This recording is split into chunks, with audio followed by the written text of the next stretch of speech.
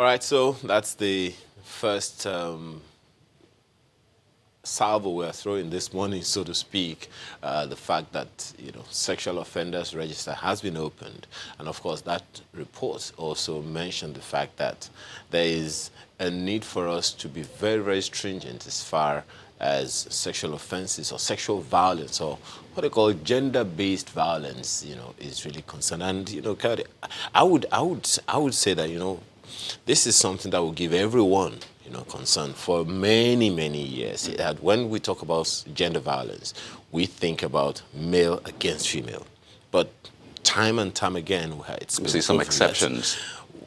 It's been proven that it's not just one-sided. It's just shameful for a man to say that a woman violated me.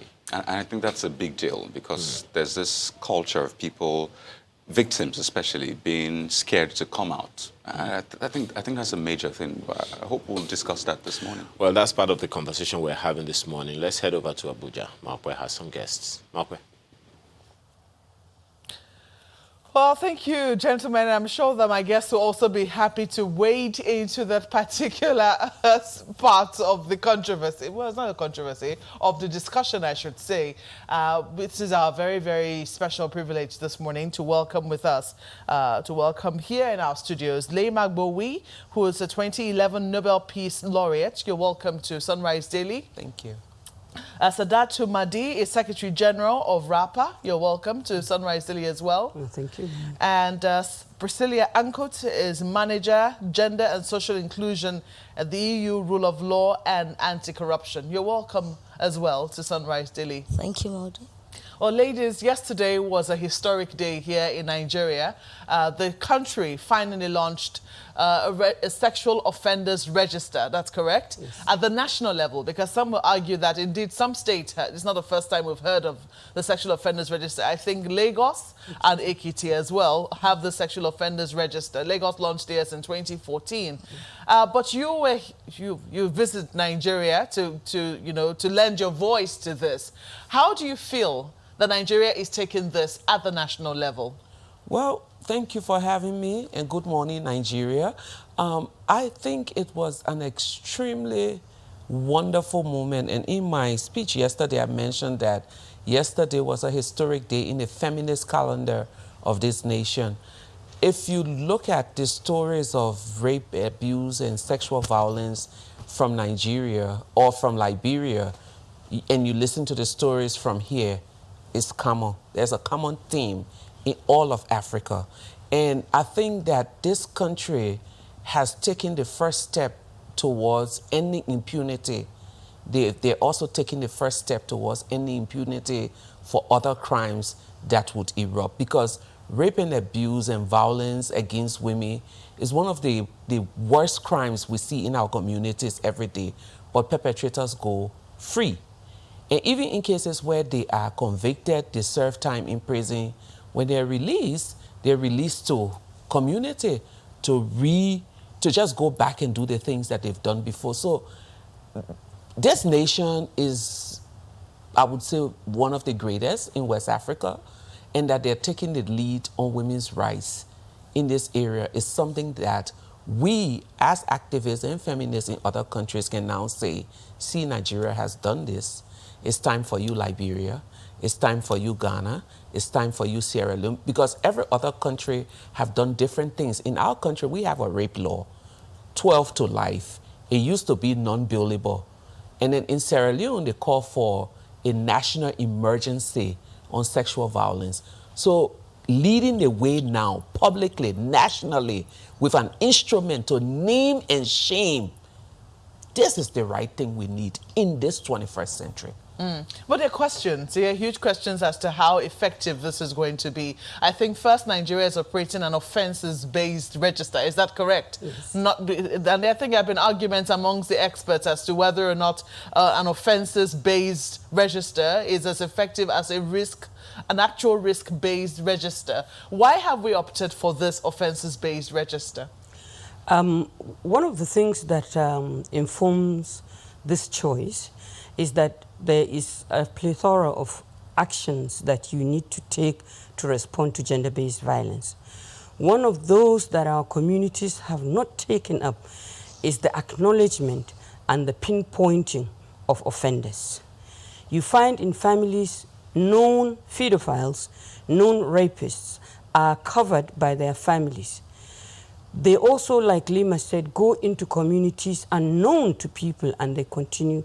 So for us, we feel we've taken out gender-based violence from the cupboards because people are now speaking more. There's higher reportage. Now we also need to pinpoint and also hold to account. Accountability is very important in responding to gender-based violence. And one way to start is to identify who is the offender. See what you can do. The modern way of handling it is see his problem or her problem and then deal with it. I ask you that question because we have a low conviction rate, isn't that right? Yes. Indeed there is, high rate of reportage now. More people are coming out of the closet. Yes. But we're still not seeing the figures that we should be seeing through the prosecution system. Not a lot of people are being convicted over rape issues. So would you really say that this would be an effective means of ensuring that people who could pose a risk, because I think the idea is to protect vulnerable people in society, that the people who could be a risk to children and perhaps women or men, as the case might be, I think we'll come to that shortly, are actually getting the sort of punishment or, the kind of isolation which they deserve. Yes, they would be getting. You see, the legal system is a different thing from the social system. One of the things that is happening is social accountability. The Sexual Offenders Register would help the end of social accountability. Legal accountability is one that goes into the courts and has its systems and ways of proof, and the elements of proof in rape, especially in this country, are very, very onerous. And we find it difficult to get the numbers we are looking for in conviction. What you need to probably push forward is that when the social end has a zero tolerance to sexual offenses and sexual offenders, a zero tolerance to their presence and the risks they pose, it may help to raise down the numbers of the offenses. But then the legal system needs also to be looked into. And that's why in the beginning I said to you that the Sexual Offenders Register is only one of the mechanisms that we are using to respond to a reduction in gender-based violence in Nigeria. Indeed, so it's not yet Uhuru. So let's ask. No. We're far from it, it would seem. But I mean, as you said, we've taken a step. Let's ask you, Priscilla, how big is this step? Yesterday also marked the day of action, I think, 16 days of action and 16 days of activism against gender-based violence. It's very interesting that the word gender is used here, even though it would seem that women are owning this more. How do you think this also works for the men? First and foremost, the Sexual Offenders Register is set within the context of the Violence Against Persons Prohibitions Law. And this law, it's a gender-related law, so it applies to men and women, boys and girls. So technically, the register, even though it's owned by women, belongs to all. The second thing is that this register has several aspects to it. The first aspect is that, and it's not available to the public, it's the reported cases, and which is what Saudatu has spoken about. We get to respond to the social issues there. The reported cases are not made available to the public, but only available on request. So for the social services that we need the register to serve, the data will be available. The data that will be available for public use is the data of convicted offenders. And you've made the point that the judicial system is slow. We do know that there are challenges around conviction. And ethically speaking, the idea is that we don't want too many names on the register. If it was our choice, there would be no name on the register. And so ultimately, we are saying that we want a zero-based violence against women and girls. And so the register itself, it names and shames, but it's not our desire to have so many names there. We just want to deter. The second aspect of the register, which I do not think we should lose sight of, is that apart from naming and shaming offenders, it is also a service provider register. So what we are saying is that anybody who suffers social violence, anyone who is raped, can find where to go for succor, for help, for support. And the list of these service providers is also available on the register. So it is, I think, a tool that is useful positively and also can name and shame, as the case may be. Let me quickly get this straight. Are you saying then that there are two registers that we have? Do we have a sexual, beg your pardon, an offences-based register and a risk-based register? Is that what you're confirming that we have? So it is a digital platform. It is a register for sexual offenders and a service provider register. So basically what we're saying is that there's a section where we enter offenders' names and data for the records to name and shame. But there is also a section that is available for victims who need help to know where to go to for their services that they need. You know, this issue of sexual crimes, rape, violence have ethical implications. The moment a victim reports that an act of violence has been committed, ethically, it triggers a referral mechanism. Therefore, you need to do something about it. And so what we're saying is that when people report, we have information on the register as to where to go and seek help. For example, there are the states in the country, through the support of the Rule of Law and Anti-Corruption Program, that have established sexual assault and referral centers. There are civil society organizations like the one that is run by Tumadzi that provide legal psychosocial support to victims of violence. Their information is also on the register. So anyone who needs help and does not know where to go for help can find information about services available on the register. Let me ask you, how big a problem is this? You have lent your voice, not just in situations of conflict. You actually led a movement in Liberia to help bring peace. You led the women there. It would seem that usually in situations of conflict, women are more vulnerable. But out of situations of conflict, outside situations of conflict, would you say that we are as vulnerable as, you know, we normally would be in situations of conflict? Well, so let me say this. Before UN Women became UN Women, they were UNIFEM. And in the years where wars were really all over our region, they commissioned a study on women, peace, and security. And this study was conducted by our former President Sirleaf and Elizabeth Rand, who's a former defense minister in Finland. And one of the conclusions of that report was that the impact of conflict on women's lives is a reflection of the interaction during peacetime. So it's almost like a mirror image. What you see during war in Liberia, an estimated 65% of women were raped and sexually abused during the war. So that statistics is a mirror of what was happening in peacetime.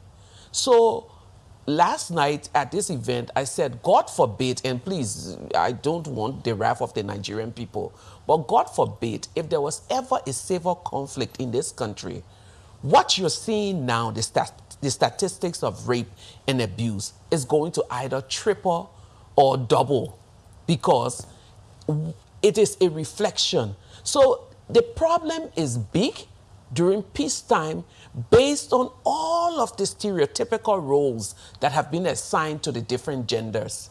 Even in our schools, you have, in the 21st century, young children still being taught that mommy stays at home and daddy work. Daddy drives and mommy doesn't drive. Women are nurses and teachers and boys are engineers and doctors and pilots and all of these different things.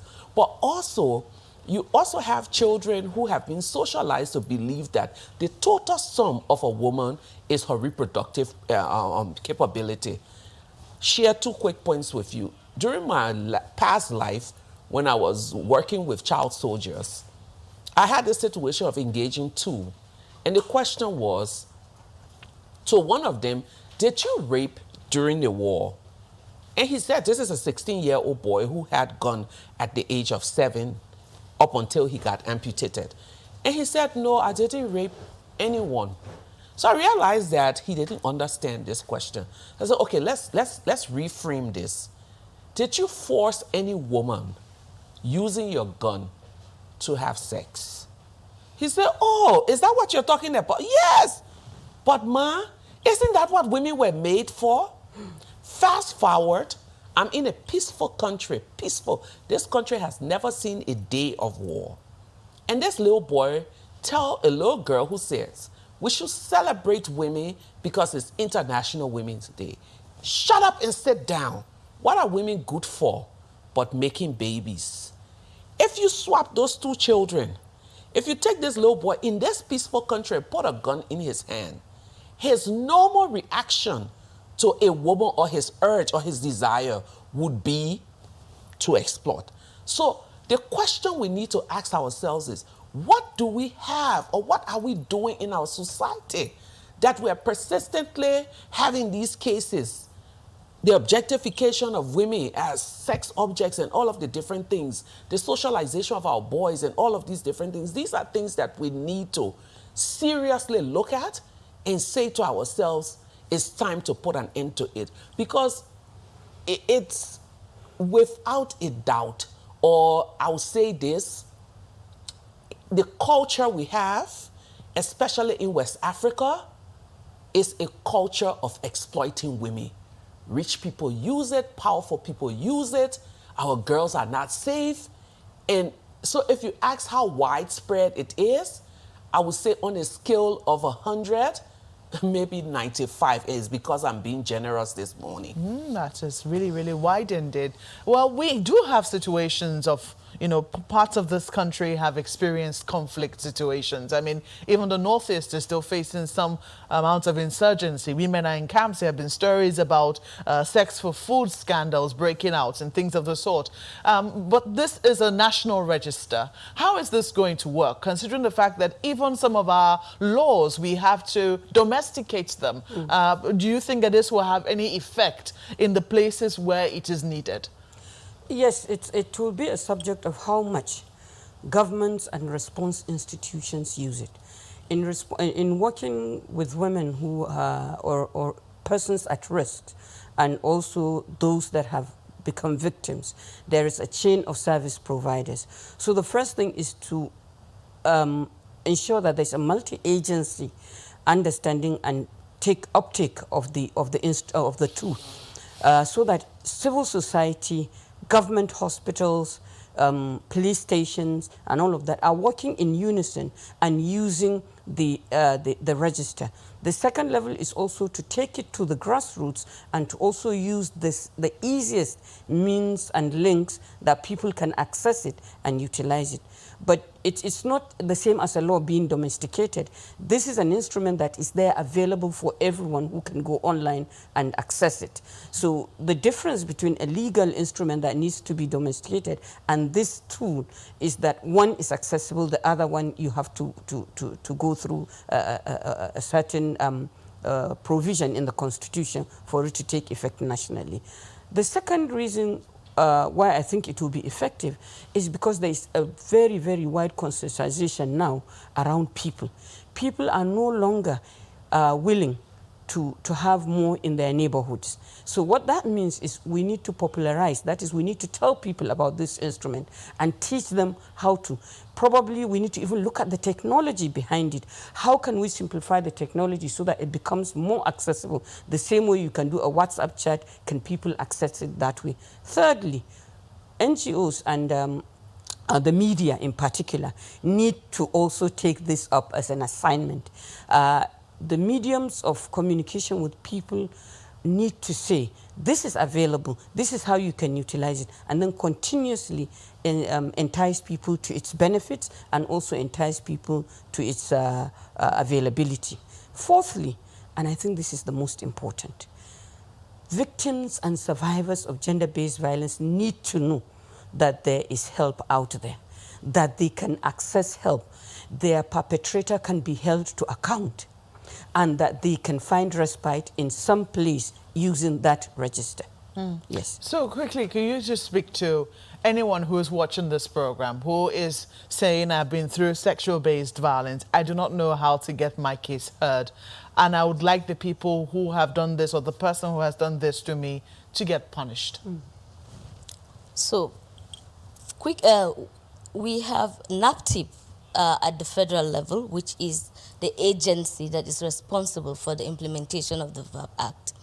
And NAPTIP has come up with a short code, which is 627 hash, where any member of the public can call. Let me get this again.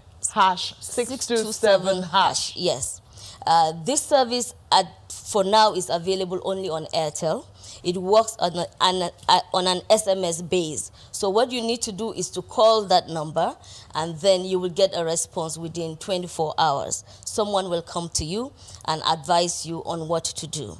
NAPTIP has been actually proactive in leading prosecution in this area. The police, the National Civil Defense Corps, have also signed up to the register. They are the primary respondents in cases of violence. So people are still welcome to call the police, to go to NSCDC and report cases of violence. And they have the expertise to be able to handle such cases?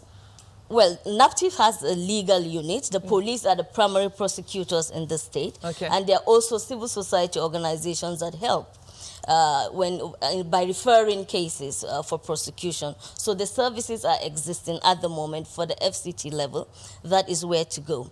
But for victims and survivors of violence, we also have the sexual assault and referral centers. Now, we do not have one yet for the FCT. It's in process of being put in place. But there are other states in the Federation that we have sexual assault and referral centers. Actually, there are 15 sexual assault and referral centers spread across the country, in Kaduna, in Lagos, in Anambra, Adamawa, in Enugu. So people can go there and seek help. The sexual assault and referral centers are really one-stop comprehensive service provider centers. So there, you can get medical examination, you can get free medical examination, you can get psychosocial support, trauma counseling. You can also get access to lawyers who can take up your case and prosecute if you're interested in pursuing the matter. In all of these, matters are treated with confidentiality. It's a survivor-centered approach where human rights are respected.